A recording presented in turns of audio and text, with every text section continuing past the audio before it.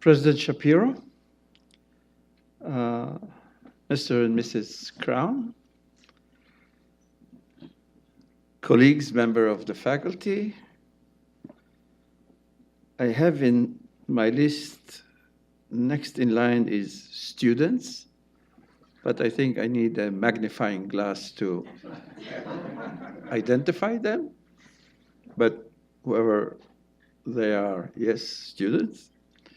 Esteemed guests, so welcome, and I appreciate very much the fact that you are here. It is not easy to get people to come to events of this kind at this time of the day, and I am really appreciative of the fact that you made it. Particularly since we made a mistake in the location in some of the invitations, and some of our guests might still be elsewhere on the campus, but there are signs indicating where the real location is. So before I present our featured guest for the afternoon, allow me to say just very short words about Israel Studies at Northwestern. This event is part of our program. So Israel Studies was established 3-4 years ago, enabled by a very generous gift by the Crown family, for which we are enormously grateful and thankful. Now, we were trying to develop Israel Studies in recent years since the gift was given in different directions. It is not an easy job, I should tell you. Israel is not the most popular entity in the world entirely, and on campuses in particular, Israel Studies. It is going through difficult stages with the BDS activity, the Student for Justice in Palestine activity, not only here, overall, but we persevered, and Israel Studies is live and kicking in this campus and elsewhere.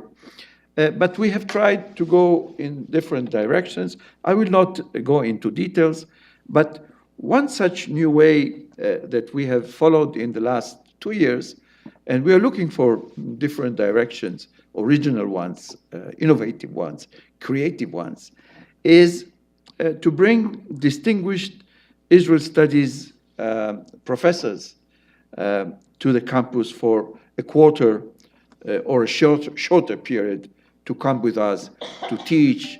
Oh my God! And I'm the one that is supposed to tell you to close the rabbi is supposed to tell the. Okay, so now you've got a living example what you should be doing, dear guest. This should be turned off.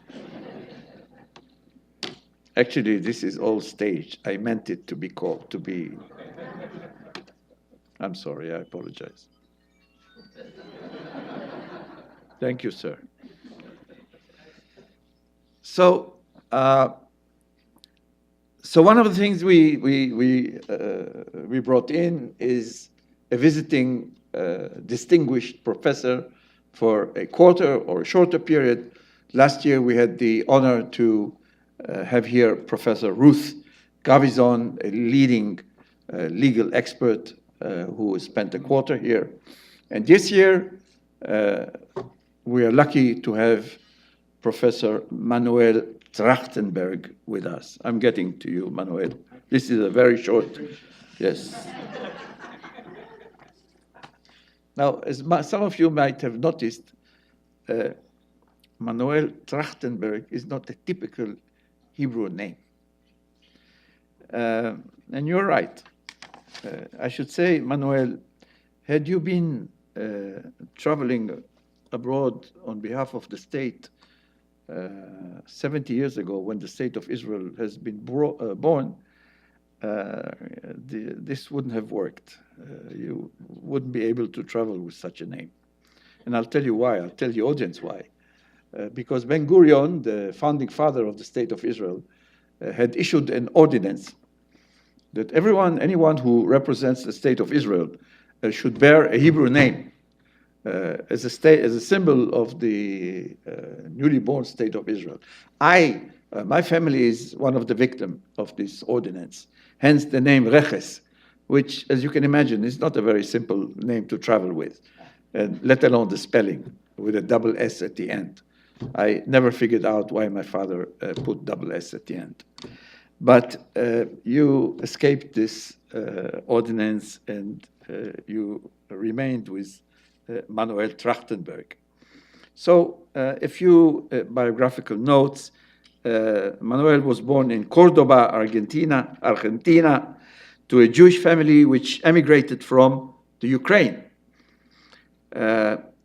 He made Aliyah to Israel in the mid-60s, and after serving in the army, enrolled at the Hebrew University, where he began his meteoric academic career in economics, which led him to a PhD from Harvard, and to becoming a world-renowned economist. He has become a professor of economics at Tel Aviv University and has been so since 1984, and he still is there to date. But Manuel has not remained in the ivory towers of academia. He established and served as the first head of the National Economic Council at the Prime Minister's office from 2006 to 2009.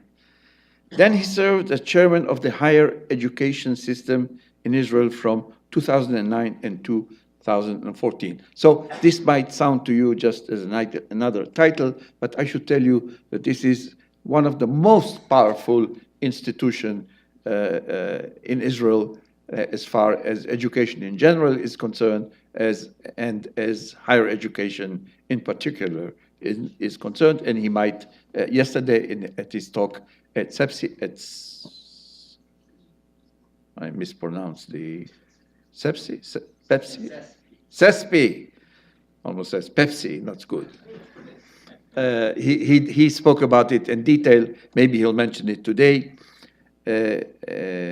So he was the head of this institution for 5 years.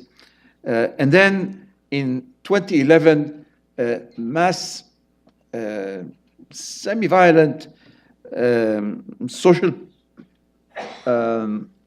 protests erupted in Israel, mostly in the Rothschild Avenue that some of you may know in Tel Aviv.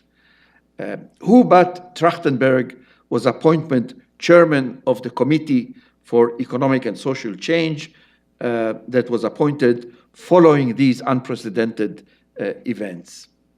Now, a key recommendation of the Trajtenberg Committee, that is the name that it is by which it is known, was implemented, in fact, unlike many of the recommendations of such committees that are shelved and nobody is looking at, was the provision of free and universal education for children 3 to 4 years old. And I'm mentioning it because the name Trajtenberg is perhaps even sometimes much more known, if I may say so, with all due respect, Manuel, more by this provision of social change that he managed to get through.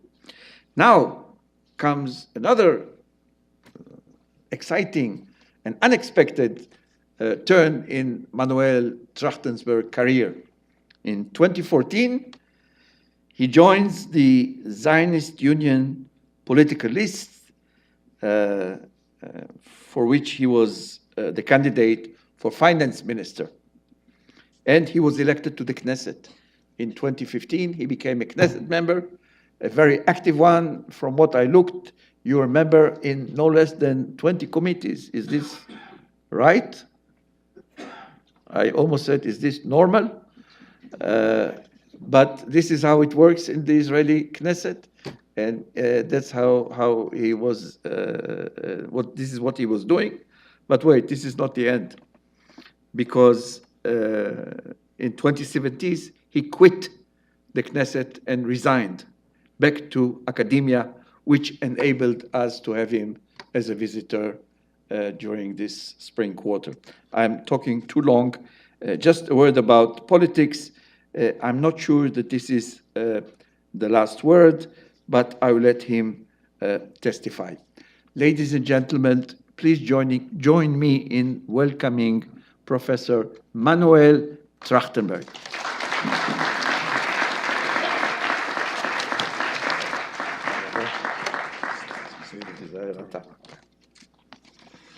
Hello to you all. Eli, just my name, my original name, was Menachem Mendel, you see, back then, but I thought that Manuel is more proper, and Manuel is a Hebrew name, actually, because it's Emmanuel. When it went through Spain, it became Manuel. So there you have it.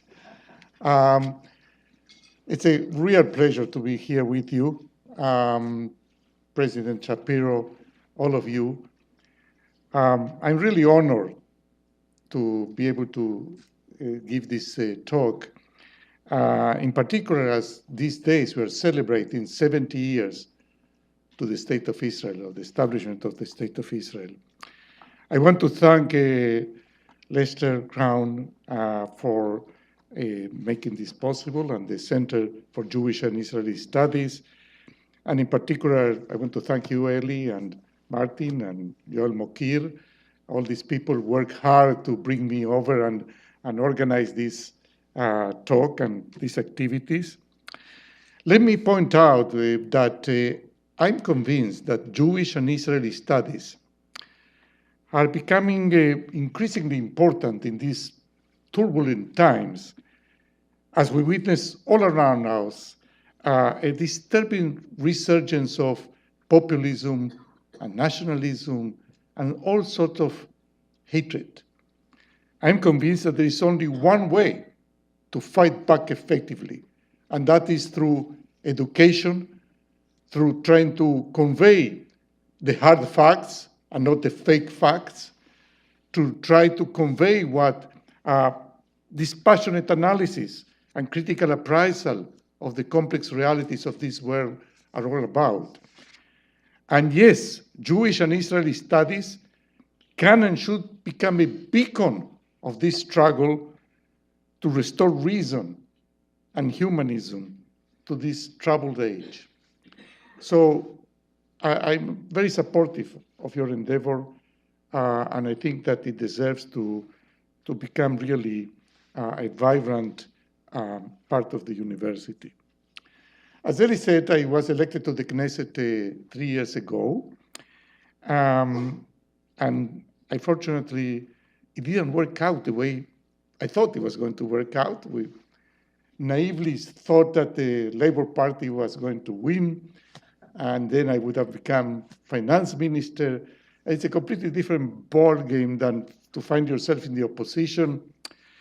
So after having had really an overdose of both frustration and excitement, I decided it was time to quit. And I'm happily back in academia at Tel Aviv University. And coming to Northwestern at this point is really very fortunate timing, because it essentially allows me to breathe once again pure academic air and to rejoice in having inconsequential, bitter arguments. And now to the topic of the lecture, Israel at 70. 70 is a round number. And we tend to relate to these round anniversaries with a great deal of respect. We tend to assign to them an extra meaning and significance. And at the very least, they are an opportunity for reflection, an opportunity to ask ourselves, what have we done in this decades-long period? Now, in addition, as you know, the number 7 in Jewish tradition has a very special place. And in fact, there are many events and other aspects of Judaism that have to do with the 7. Think of the 7 days of creation, the Sabbath, of course, the 7th day. Think of the 7-branched menorah, think of the Shiva, think of the 7 good and bad years of Pharaoh's dream and Joseph's interpretation of them, and so forth. So 770, it's really an event to pay attention to. And if we look back into our recent history, as it turns out, last year, 2017, we commemorated a really remarkable series of landmark events that took place in years ending with 7. So last year, we commemorated the 120 years of the first Zionist Congress in Basel, 1897, whereby Herzl articulated for the first time the Zionist dream. That was 1897. 100 years prior to 2017, in 1917, we have the Balfour Declaration, the first time that that dream received international recognition, much needed international recognition. Go forward, 1947, we have the UN resolution on partition that essentially formalized the international recognition and essentially paved the way for the creation a few months later of the State of Israel. Go forward, 1967, the Six-Day War, a major event in our history. And go a little bit further, 1977, the first time that the government changes hands in Israel.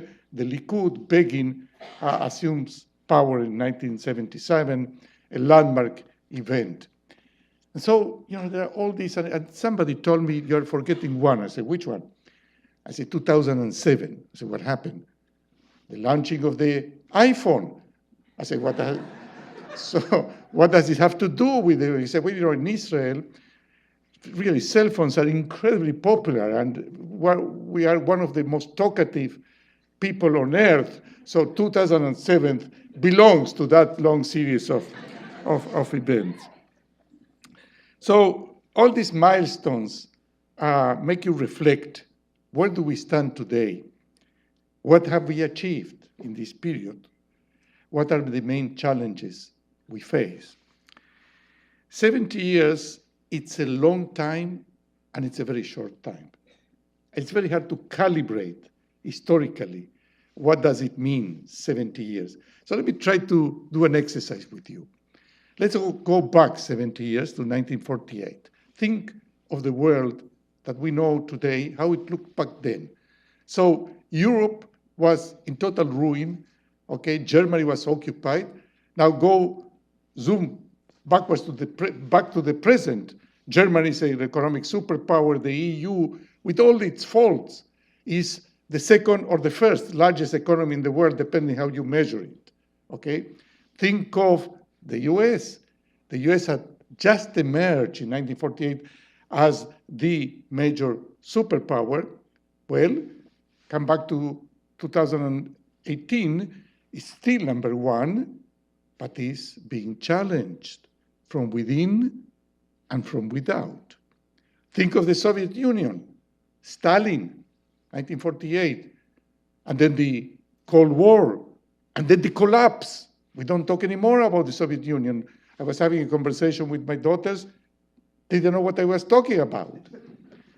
And then a resurgence of autocracy under Putin, and perhaps a new Cold War. Think of China. It was one of the poorest countries in the world. That's before Mao even, 1948. Go to the present, it's the number 2, soon to become the number 1, and that's absolutely certain that China is to become very soon the largest economy and most powerful economy in the world, and certainly the aspiring superpower that is challenging everybody else. So a lot happened in those 70 years. But then, when you look at real, deep social and political changes, they take a long time because of inertia of institutions and so forth. Again, a few examples. It took more than anywhere between 100 and 200 years for universal suffrage to take hold in Western democracies. Democracies were very limited, and they expanded gradually over 2 centuries, a long time. Think of the French Revolution. It took more than 100 years for the republican principles of the French Revolution to essentially take hold in France in a stable political system.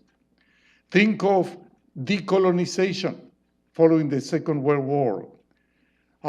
Many countries in Africa and elsewhere acquire independence. Well, many of them, unfortunately, are still failed states.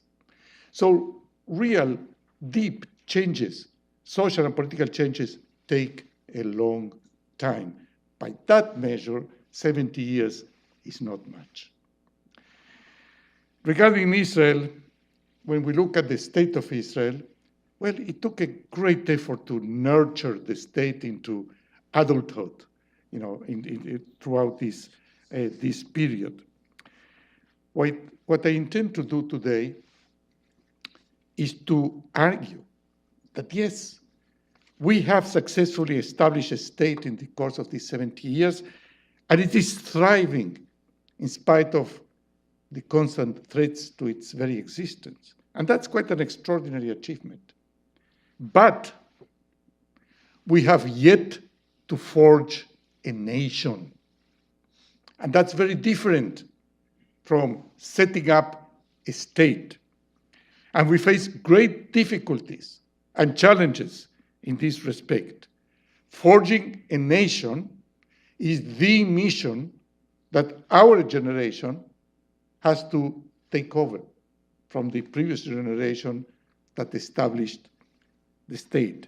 If you wish, the state is the hardware of the system. The nation is the software, is the content, is what gives it meaning. And it's very hard to do that. But before I get into that, let me review some of the main accomplishments of Israel in these 70 years. But every time I will do it, I will also turn to the dark side of the moon. And there is no accomplishment without another face to it. The first has to do with the economy. How could it be otherwise? I'm an economist. Now, I will give you a set of 3 numbers that it's very helpful to remember them because it gives you something to converse about when you have these cocktail parties that you don't know what to talk about. You need to do some small talk and you are embarrassed. Okay, this will provide you with a good one, okay? So these are 3 data points and are the following. The population of Israel grew by a factor of 10 since the late 1940s, the establishment of the state. The national product, the GDP, the gross domestic product of Israel, grew by a factor of 100. And therefore, the GDP per capita grew by a factor of 10. So it's very easy to remember. 10, 100, 10. Okay? Well, I claim that, and here there are enough economists to prove me wrong, that there is no other country in the world that has that 3 numbers put together. It's really 2. The third is a derived one. There are certainly countries that their population grew more than that. Certainly there are countries, in particular China, that their GDP grew faster. But there is no other country that has experienced both such a dramatic increase in its population and at the same time in its product. That's really a tremendous achievement because the growth in the population is not just natural growth. It was absorbing the waves of immigration from the Arab countries, from the displaced people from the Holocaust. And yes, we have to remember, today, this evening, we are in the eve of Holocaust Day. So that's really an amazing achievement. One of the main ingredients of this achievement is, of course, the success of the so-called startup nation. The fact that we managed to create in the past 3 decades an amazing ecosystem that fosters continuously entrepreneurship and innovation. This system, this ecosystem in Israel, is second only to Silicon Valley and to the Boston area. That's it. And it's not for lack of trying. There are so many countries and regions in the world that invest enormous amounts, and they keep trying to conjure this thing, which is called an innovation ecosystem. It's very hard to do. We have it. So these are the good news. But the other side of the coin, the dark side of the moon of this economic success, is that we have also widespread social discontent. And why is that? Because of the incredibly high cost of living that young families face in Israel, because of the housing crisis that keeps going on and on and on for a decade. Somebody was telling me about prices here in Evanston. You know, what can I say? If only real estate could be exported, I will manage to provide to my daughters really good housing from here. We have high inequality in a country that was one of the most equal in the world 40 years ago. And now we are one of the most unequal within the OECD countries, that exclusive club we belong to.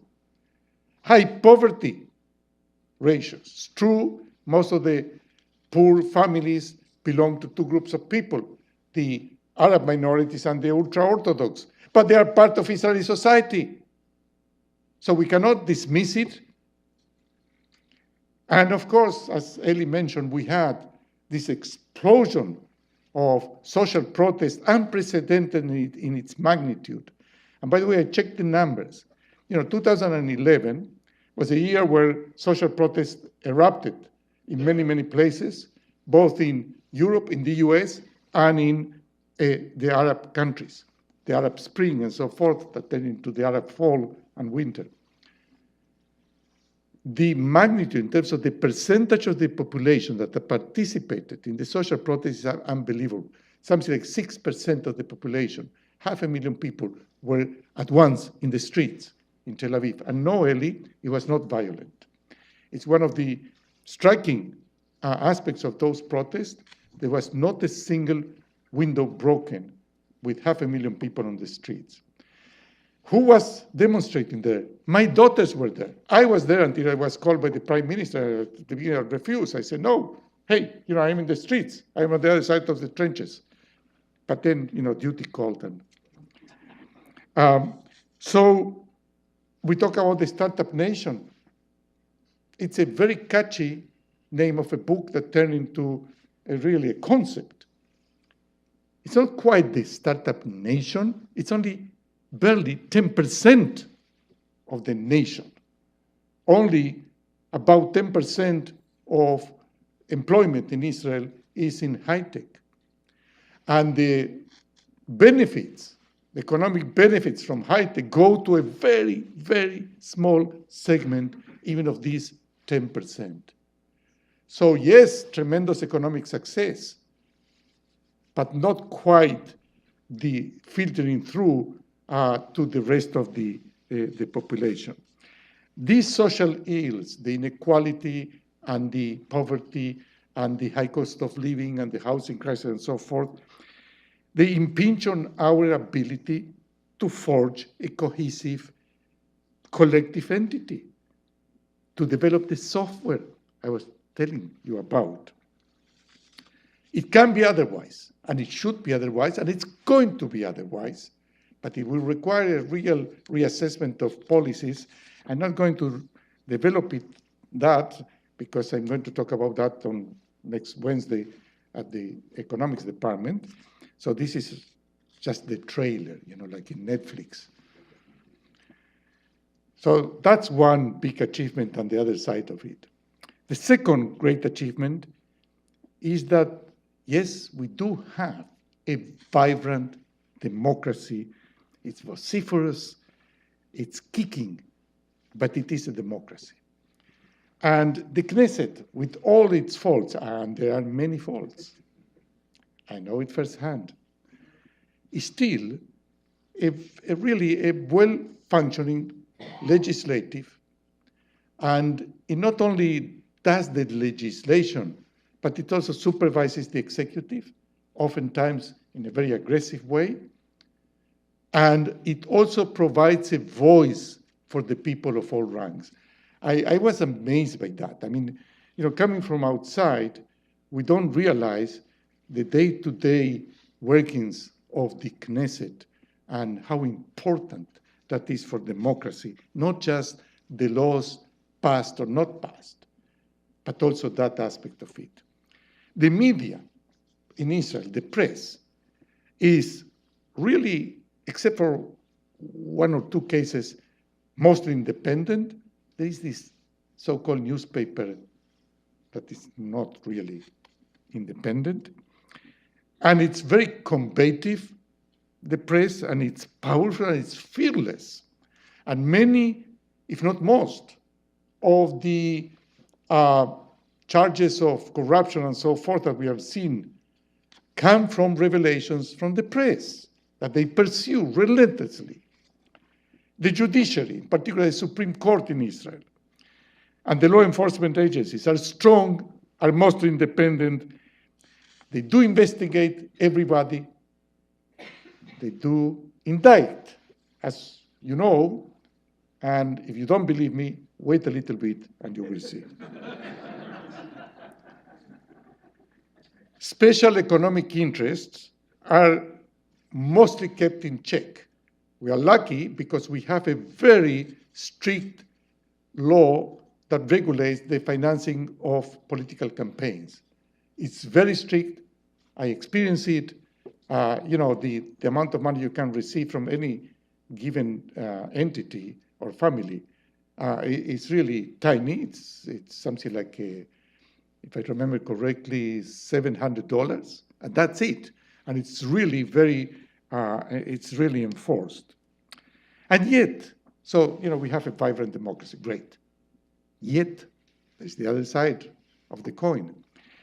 We are witnessing a dangerous slide to populism.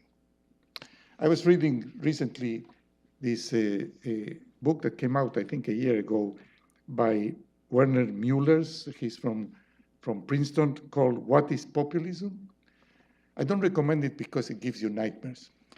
And as I was reading it, it reads like a description of many bad things that are happening right now in Israel. The repeated attacks on the independent judiciary, the confusing democracy with the tyranny of the majority. This is something amazing. It amazes me, but it's so real. I mean, these people in the governing coalition, they don't understand why they're subject to limitations. I mean, they won, so they can do whatever they want. Not really. The essence of democracy is to control the majority or whoever is in power. And of course, the attack on the press, this is very familiar to you, the attack on the elites and corruption. So these are real threats to democracy. And there is a great deal of discontent and disillusionment with politics in the Israeli society. There is this survey that is done by the Israel Democracy Institute, a very serious organization, and they come up with these numbers recently published. Close to half of Israelis agree that Israeli democracy is in grave danger. 80% agree that politicians concern themselves with their own interests rather than the public interest. Sure. 78% believe that they cannot influence government policy. This is dangerous. Because if people in a democracy think that they cannot influence the government, that may create alienation and it may breed escapism and populism and so forth. So, yes, a vibrant democracy, but qualified as I did. The third great achievement is in the field of security. We have built, over the years, a formidable defense capabilities, and we are indeed a military regional superpower, which is essential, unfortunately, in that area of the world where we live. You know, I was born in Argentina, and you may know that Herzl considered all sorts of alternatives to Palestine. He even considered the Patagonia. And I thought to myself, why not? You know, I mean, it would have been so much easier. But, you know, we are in that neighborhood. So, yes, we have built this power. We need it, unfortunately. I pray that they will see the day where we don't need that. So we have the military might, but in itself, it cannot bring an end to the conflict with the Palestinians. We're engaged in this endless and painful, essentially tit for tat. And regardless what your political stand is, and I'm not going to go into politics, it's clear that we have failed to come up with a long-term and reasonable strategy to deal with it. So what I'm saying is, in the security front, a great achievement. We wouldn't be here otherwise. But we have failed in the complementary side to it, which is a strategy to deal with the conflict. So, but what I said before, I mean, the great challenge ahead in view of these dualities is to forge a nation. And what I mean by that, and now I want to be precise, what I mean by that is a cohesive collective entity that should be held together by three key ingredients. The first is a shared set of beliefs, of values, a moral compass to guide us as a society in terms of what's right and what's wrong. The second ingredient is a shared identity. Who are we as a people, as a society? What animates us? What are our cultural values? What's the place of religion? What's the place of universal values? That's part of your identity. And the third ingredient is a shared vision of the future. What we're aiming at, what we aspire to as a collective, as a society. Israel at 70 fails in these three respects. We are besieged by sharp divisions, by fissures, in each of these ingredients, more than ever before. We had a well-defined common denominator from the beginning and up to not long ago. Israel could have not survived if it didn't have that common denominator, that glue that held it together. But it somehow vanished. So, shared values, we are split on so many issues. I mean, how to treat minorities or how to treat asylum seekers, this is a big issue right now in Israel. What constitutes proper public conduct and not corruption and so forth. This is the moral basis that is missing there as a common denominator. Shared identity. We quarrel all the time about duality such as, are we more of a Jewish or a democratic state? We say we are both. Yes, but. So some parts of the population push in that direction, some in others' direction, and therefore the identity falls in between the chairs.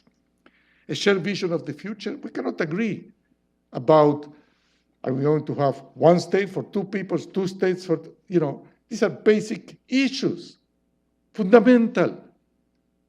The future will be shaped by the way we go about this issue.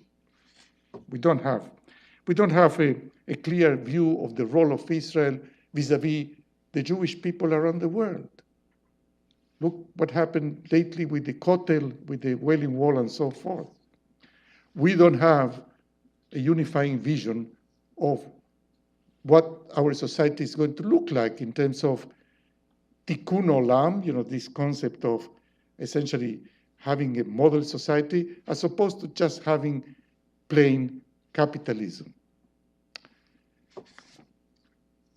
Not surprisingly, the main factor accounting for the failure in those dimensions is that we have, to begin with, a highly fragmented society. President Rivlin, our president, he talks a lot about the 4 tribes.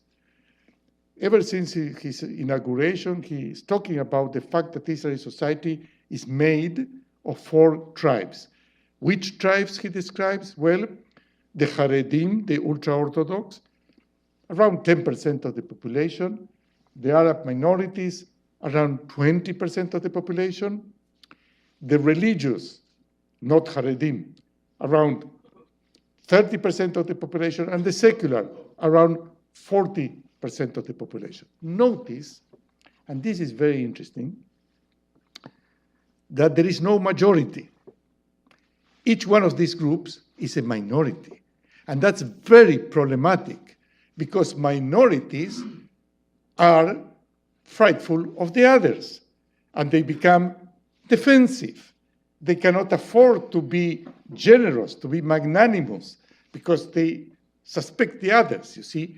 So having a society that is made of minorities is really very problematic. But in fact, the 4 tribes that the president describes don't exhaust the heterogeneity of Israeli society. Far from it.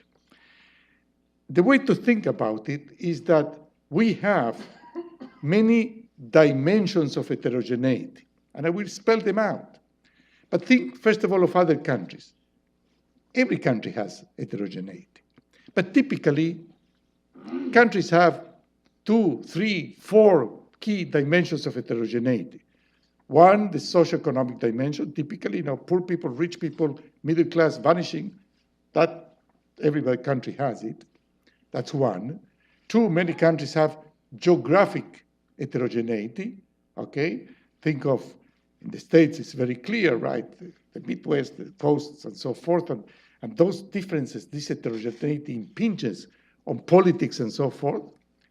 And some countries have also the religious dimension, and that's it. In Israel, we have at least 7 different dimensions, and let me spell them out. The first is between the Jewish and the minorities, okay? So, and the minorities are not one, okay? Among the Arabs, you have Christian Arabs and Muslim Arabs and Druze, and you have the Bedouins, and the Bedouins of the north are very different from the Bedouins of the Negev. So already there you have a great deal of difference. And by the way, these differences manifest themselves almost daily. The second dimension within the Jewish population is the religiosity axis. This is the most commonly cited, right? The Haredim, the religious, the traditional, the Mesortiim, which is something that is not often mentioned, but they are a category of their own, and the secular. The third dimension goes to the background, if you wish. I couldn't really find the right word for that. Ashkenazi and Sephardic. Okay, still with us. We would have thought that this we left behind a long time ago, but there are politicians that make a living out of fomenting that sort of division. Then there is the veterans and the new immigrants. You can be 30 years in the country and still be a new immigrant. It depends on your accent and so forth.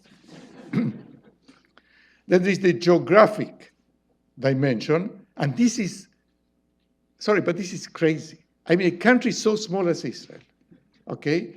People talk about the center and the periphery as they were talking about California and Alaska. But it has become a real issue, this geographic dimension. Then there's a dimension related to the conflict with the Palestinians. So there are the people living within Israel proper and the settlers. Huge division there. And then, of course, there is the socio-economic division, okay, as in any other normal country. 7 dimensions of diversity. Now, these 7 dimensions, think of them, if you can picture a matrix, a 7-dimensional matrix, okay? And essentially, each of us is placed within a cell which constitutes the intersection between all these dimensions, and you cannot escape it. So, for example, if take a Ethiopian-born Jew that lives in Tel Aviv, that's very different from an Ethiopian-born Jew that lives in, say, in the West Bank and wears a kippah. So, you're cutting it, the cells become very small and so forth. The complexity of this matrix is a constant source of strife, of internal conflict, that manifests itself, for example, in the fragmentation of the political map. Right now in the Knesset, we have 10 different parties. Mind you, the Knesset has only 120 members, 10 different parties. The largest party, the Likud, has only 25% of the seats. That's the largest. Huge. I just recently learned a figure that blew my mind. I mean, I could have not guessed it. The number of different parties in Israel that ran for elections since the first Knesset to the last, and that made it at one point to one of the Knessets. Okay? The number of different parties, 93. 93 different parties. Now, it's extremely hard to forge agreements, to undertake serious policy reforms and so forth that require a consensus when you have such political fragmentation. And yet, in spite of that fragmentation, Israel exhibits a surprising degree of personal satisfaction and optimism. It's almost unheard of. There are all these surveys, of happiness and so forth. There is the World Happiness Report. I suggest that you look into it. I don't know whether it makes you happy, but it's interesting. And the last one published recently, it covers over 150 countries and ranks them according to these measures of happiness. Israel is number 11. The US is number 16. So I'm sorry to tell you I'm happier than you are.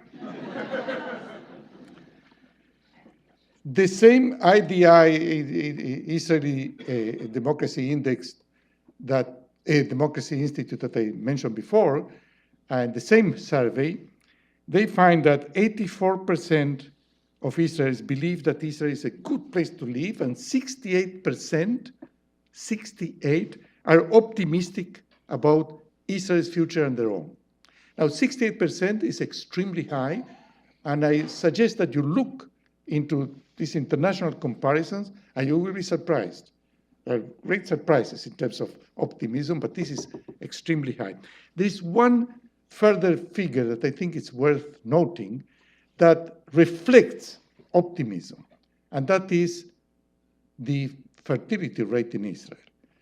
The number of children per woman of reproduction age in Israel is 3.1.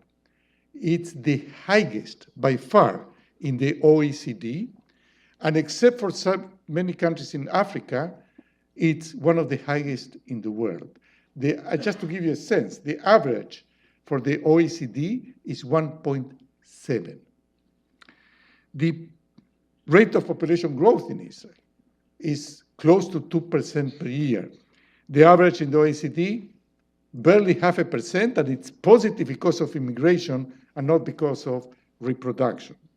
The percentage of young population in Israel is, meaning by that age less than 15, is 28%. In the OECD, it's 18%. And again, it's the highest. So how come that we have, this weird, both the fractionalization of society, the fractured society, and this degree of optimism? Well, as it turns out, as with many other aspects of life in society, the same factors that account for one may account for the other. What happens is that people develop a very strong sense of attachment to their cell, to their little cozy place in this multi-dimensional matrix. And they feel very good there. They can trust their fellows.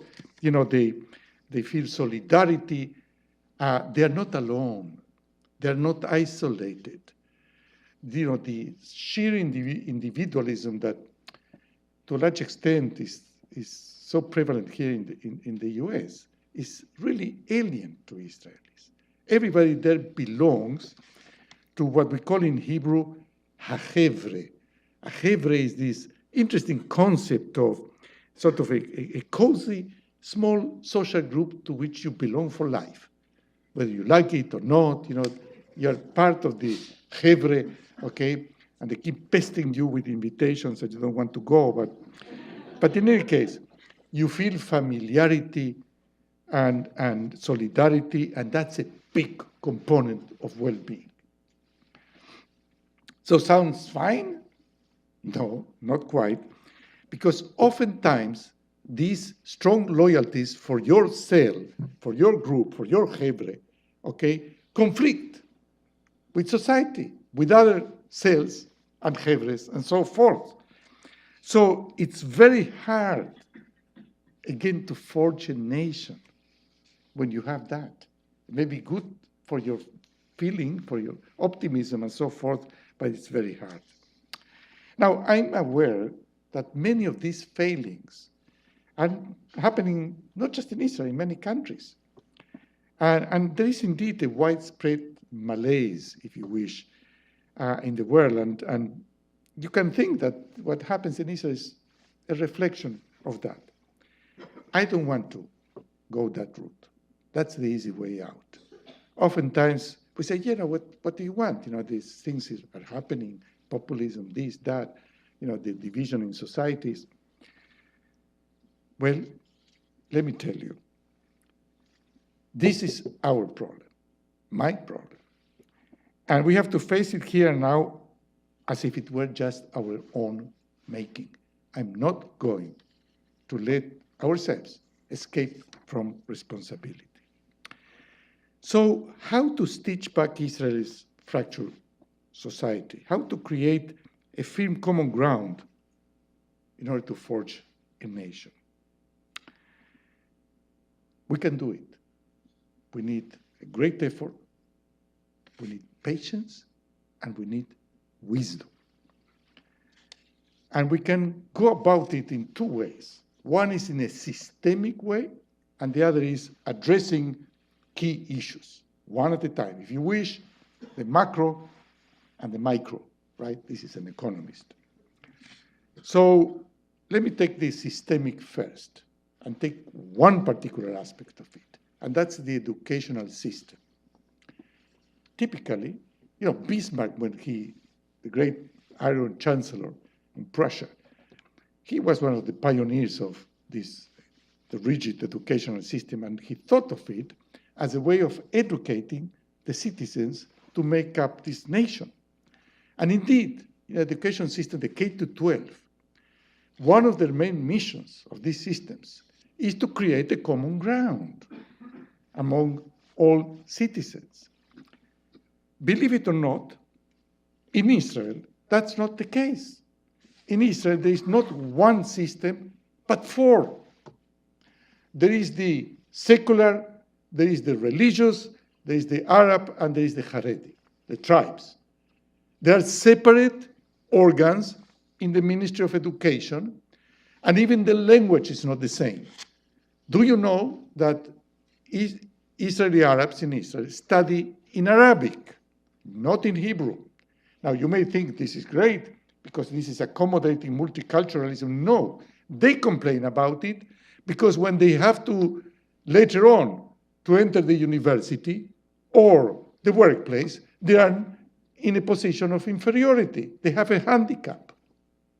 We have to change that. They are separate seminars or what's called colleges for teachers for this and for that.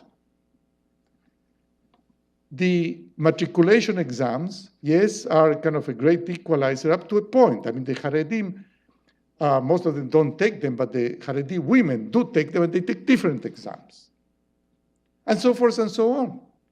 The curriculum, well, there are parts of it that are common, but there are chunks of it that are not. How can you expect to forge a nation if the educational system from K to 12, from the very beginning, produces these divisions? It's exactly the opposite of what it should be happening. More generally, we need to reinvent the concept of the agora, the Greek concept of the public space where people meet, where people interact, where people of different walks of life can encounter one another. It's difficult in the digital age, but it's not impossible. And let me give you one example that I've been working on. And that's, I've been doing a lot of work on early childhood education. You mentioned the 3 and 4 years old, but gone further than that. Well, I'm working hard to create, and it's going to happen, what we call early childhood education centers that will include all ages from birth to age 6 and all aspects of it, meaning education, welfare, health, development, even the training of teachers and staff to deal with that. I'm thinking of big institutions, okay? Not the spread out a kindergarten here and a daycare center there and so forth and so on. Big institutions, okay, that will contain all these elements. One of the advantages of doing that is that early childhood is not threatening. So there people are more ready to get together, people from different cells in the matrix. Because, these are little kids, so you cannot really proselytize them or whatever, okay? They're less, the parents are less, worrisome about this. So when we think of doing something, and particularly when we think of changes, any change we do, social change in Israel, we should do it with two views. One is the subject itself. I think what I'm proposing for early childhood is good for its own sake. Okay, I will do it in Denmark, okay, as well as in Israel. Actually, in Australia, they are trying to do that as well. But in Israel, it acquires also an extra meaning, an agora, a common place. So that's kind of important. Now, the education system ought to be changed in Israel and ought to be changed now. And it can be done. It's very hard, but it can be done. We don't have currently this conversation. We take it for granted. That's the way it is. No, that's not the way it should be. And it can be changed. The second, well, I'm running out of time, so I was going to talk about universities, but I did talk about that 2 days ago. That's a university now. So here I don't have to talk about universities. Let me go now to two issues. I said there are two ways to go about it. One is systemic, take the education system. The other is to tackle particular but important issues. I want to tackle two. One is gender, and the second is the Shabbat, the Sabbath. Let me talk about gender.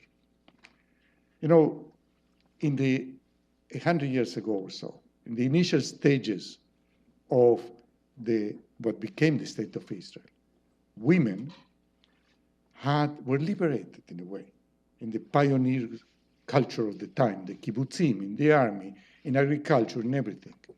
the idea in the kibbutzim of having these separate units for the children from birth, okay, so that women will be free to be exactly like men in every respect. My older sister was a member of a kibbutz. Her first daughter was raised in a place like that. I remember to this very day. Okay, nowadays looks like. So we started that way. But over time, and particularly because of the influence of Jewish orthodoxy, this is being questioned. And I want to make a very clear statement here. This has become a big issue in the army, in the Wailing Wall, the separation between men and women there. I mean, this is something that we cannot tolerate. And I want to say something that I may regret, but nevertheless, in my view, the fact that Orthodox Judaism relegates women to a secondary place in many subtle ways and less subtle is the single most anachronistic aspect of Judaism in the 21st century. And it has to change. And it has to change. And I'm not challenging, I'm considering myself a traditionalist.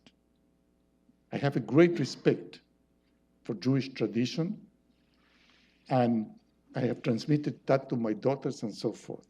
But this has to change, because it's clear that it has nothing to do with Judaism per se, but it's historically contingent. 2,000 years ago, hundreds of years ago, that was the rule. You couldn't conceive of something else, and that's when these norms were established. Now, in this instance, when we think about democratic or Jewish, okay, that dichotomy, I told you that affects our identity, it's very clear. Here, the universalist rule should prevail absolutely, not to compromise, should prevail. And in doing so, and this is the point I want to make, is that we are not doing just what's right, but also we'll end up having a better Jewish identity. It cannot be otherwise.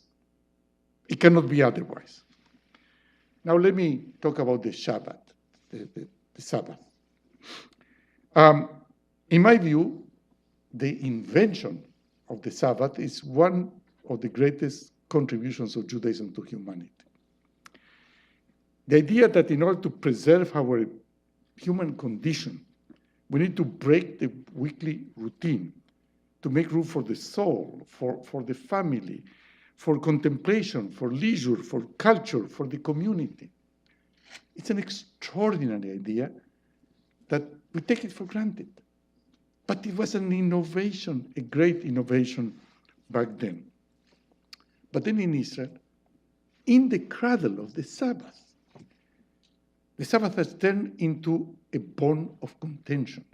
I mean, it creates political instability, it brings down governments, it fosters suspicion and hatred.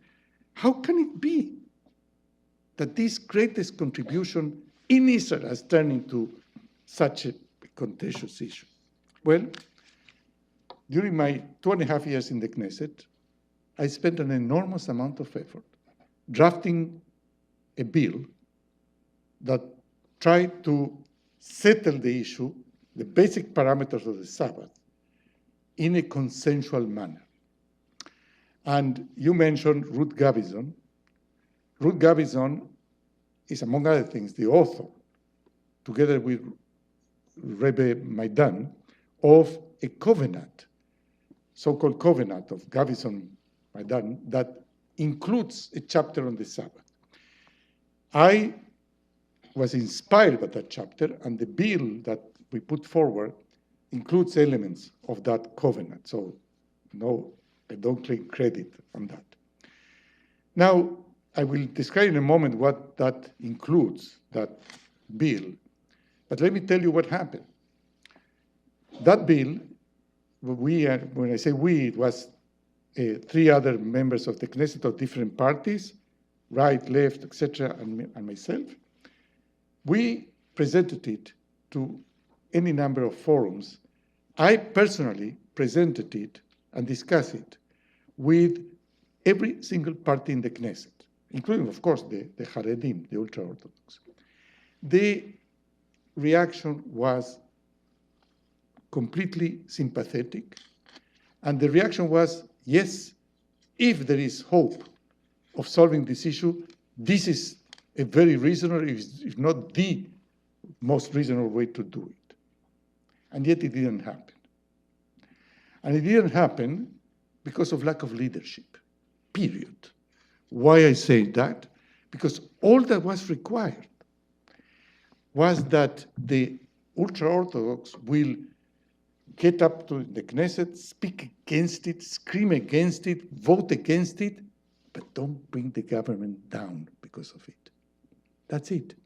Do whatever you want. What we call in Israel the freedom of vote in some issues. It didn't happen. So what were the elements of that law, of that bill? 3. The first, all places of leisure, culture, art, etc., will be wide open in the Sabbath. Because that's exactly the point.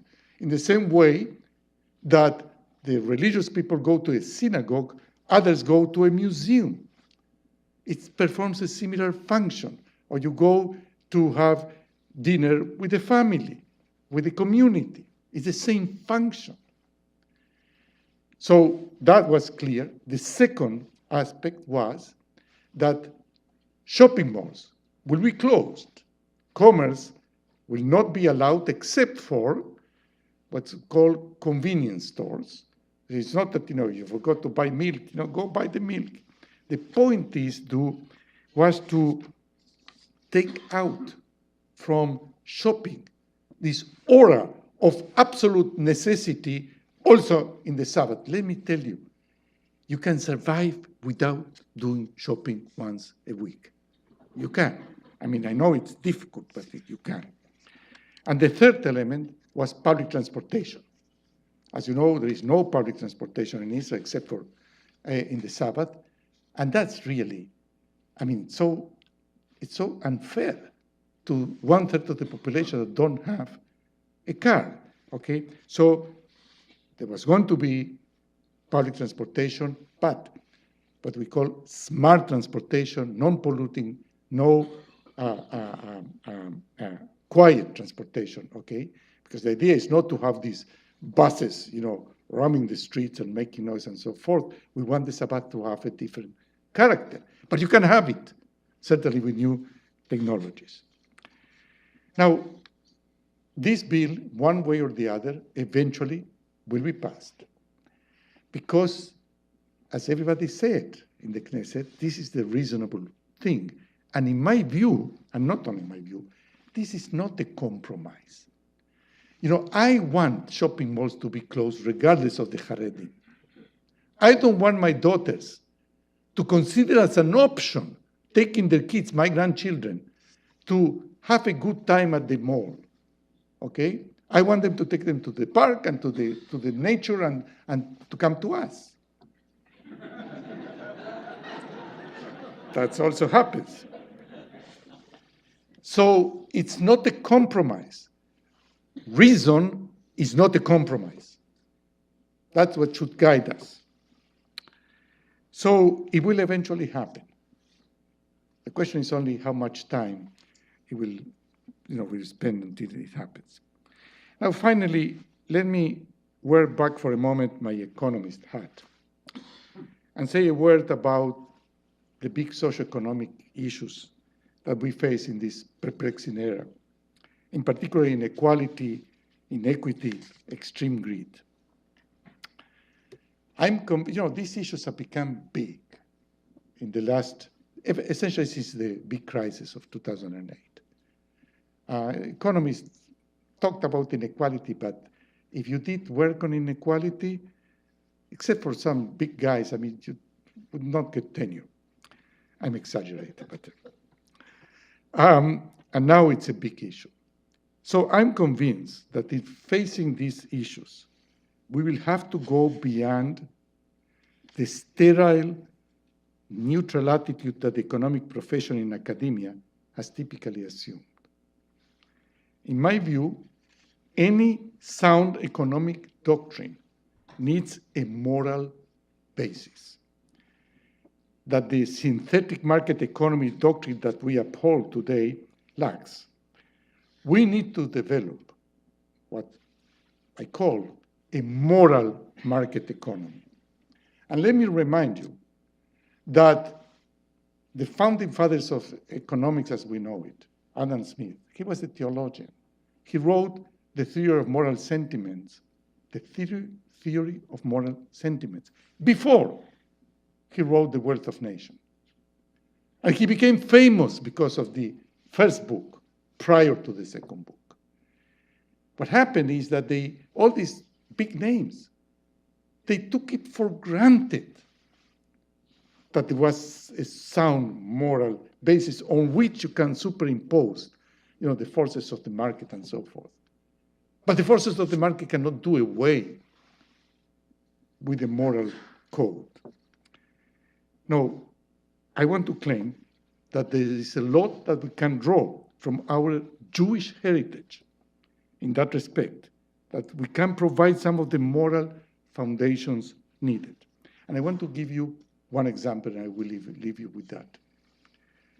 In the parasha called Kitetse, how do you say parasha in English? Parashat Hashavua. Okay. It's a good crowd. Okay. It's the sixth parasha in the book, in the Dvarim, in the last book. There's this part that reads the following way, and I'm abbreviating because if you see your fellow ox or sheep gone astray, do not ignore it. You must take it back to your fellow. If your fellow does not live near you or you do not know who he is, you shall bring it home and it shall remain with you until your fellow claims it. Then you shall give it back to him. You shall do the same with his donkey, with his garment, with anything that your fellow loses and you find. You must not remain indifferent. I want to claim that this seemingly obscure and, you find an ox, you give it back. I want to claim that this can be one of the foundations of a moral market economy. And why is that? Because you see, if you do what this precept says, it has a cost to you, right? I mean, you have to take care of the ox, bring it back in. It's really painful. It costs you. In terms of economic rationality, pure economic rationality, no way you will do it. You will be irrational if you do it. Particularly because nobody is watching. You see, the point of this precept is that social norms per se, in the sense of a social indictment of your behavior because you didn't do something, doesn't apply in this case. If you find an ox and nobody's looking, okay, your conscience dictates that you have to do the right thing. Nobody else, no society, not the law. You see, this precept doesn't carry a stick. Many in the same Kitetse, in the same Parashat Hashavua, is the parasha with the longest lists of mitzvot. Things to do, things not to do. If you do this, we kill you. If you don't do this, we... This one, no stick. Okay? Just your conscience. You cannot ignore it. I think it's so powerful because in any society, in any interaction, you need, and now we know this in economics, social trust. Social capital, we call it, the stock of social trust. How do you build that? Well, among other things, you build that if we as individuals are endowed with a strong sense of what's right and what's wrong that does not depend upon the law, upon regulation, or upon your neighbor looking and say, that guy didn't do the right thing. It's just your conscience. And without that, we have extreme greed, and we have inequality, and we have Facebook doing the wrong things, and so forth and so on. You need to contain yourself, I would say, not allow yourself to do these bad behaviors, okay? And for that, you need sitting in your head that precept there. I think that our Jewish heritage has many elements like that. We have to rescue them and to bring it to the forefront and build this moral market economy. I said before that in order to meet the challenges of forging a nation, we will need great effort, patience, and wisdom. Well, wisdom is not easy to come around.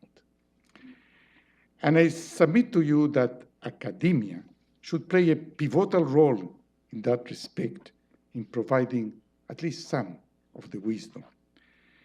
Those of us that belong to academia, we don't realize how fortunate we are. Now that I came back, I can tell you. I mean, it's amazing. It's unreal, the world of academia.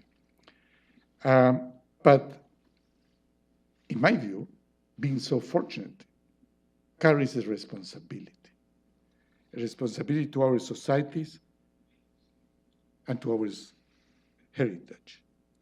I call upon you to join this effort of forging a nation, not necessarily the nation in Israel that I'm committed to, but I'm sure that each of you belong to some collective that needs some stitching back, that mending, that providing the common ground. In the end, we'll be judged not only and not mainly by the papers we published, but by what sort of world we are leaving to our children and grandchildren. Thank you very much.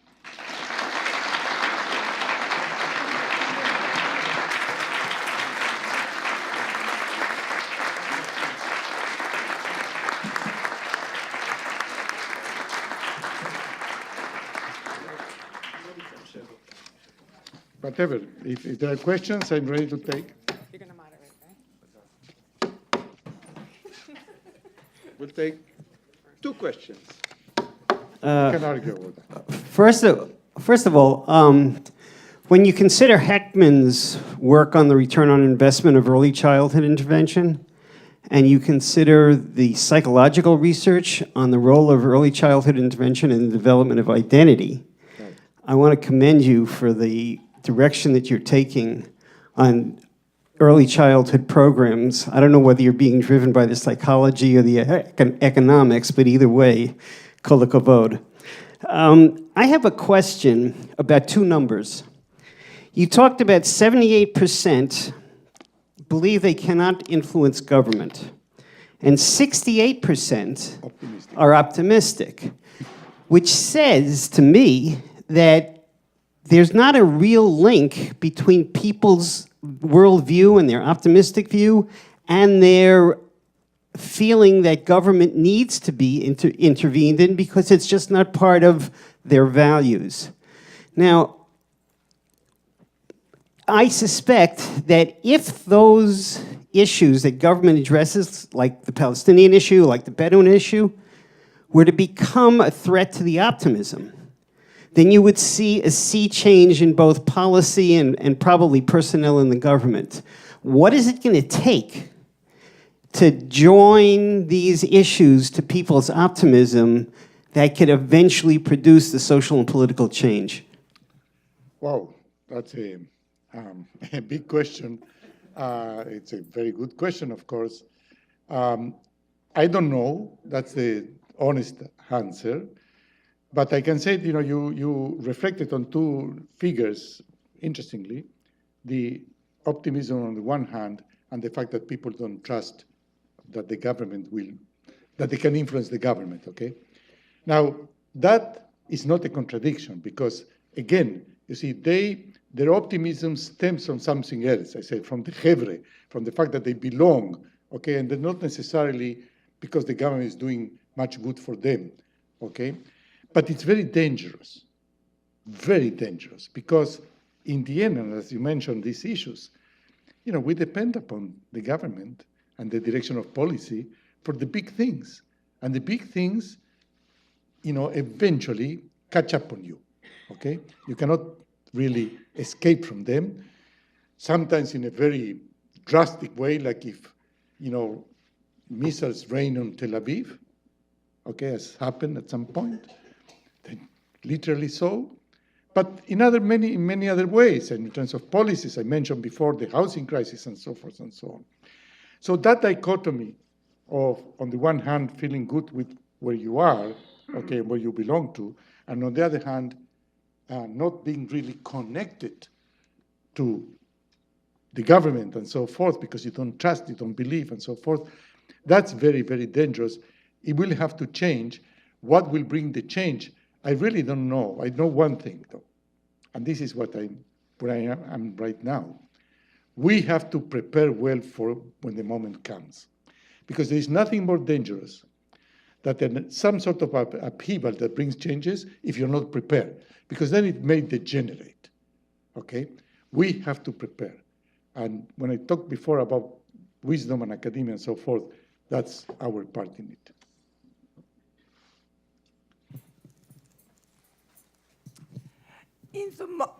In the model that you talked about for early childhood. Oh, wait.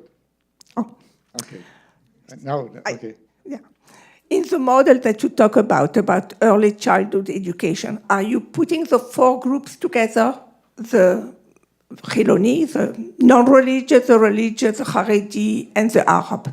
Yeah, so I'm working with all of them, and the extent to which there is a coordination, collaboration between it's amazing. Again, because the issue is not threatening.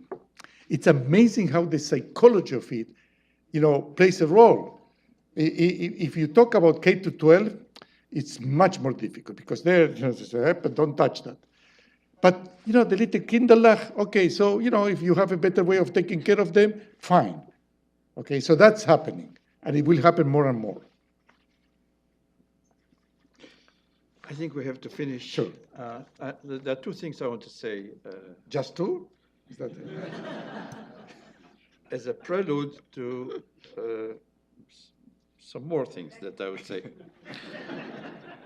More seriously, Manuel, two things. Number one, I want to thank you for a really amazing speech, which was thought-provoking, heartwarming, emotional. I don't think that anyone in the crowd was left indifferent to the moving thing that you said that made me be emotional and really forced us to think about the future of the next 70 years. So this is the first point. The second point, unless you decide to go back to politics in the next year, which is something that is not impossible, I think that there is a good possibility that you will be getting an invitation to come again.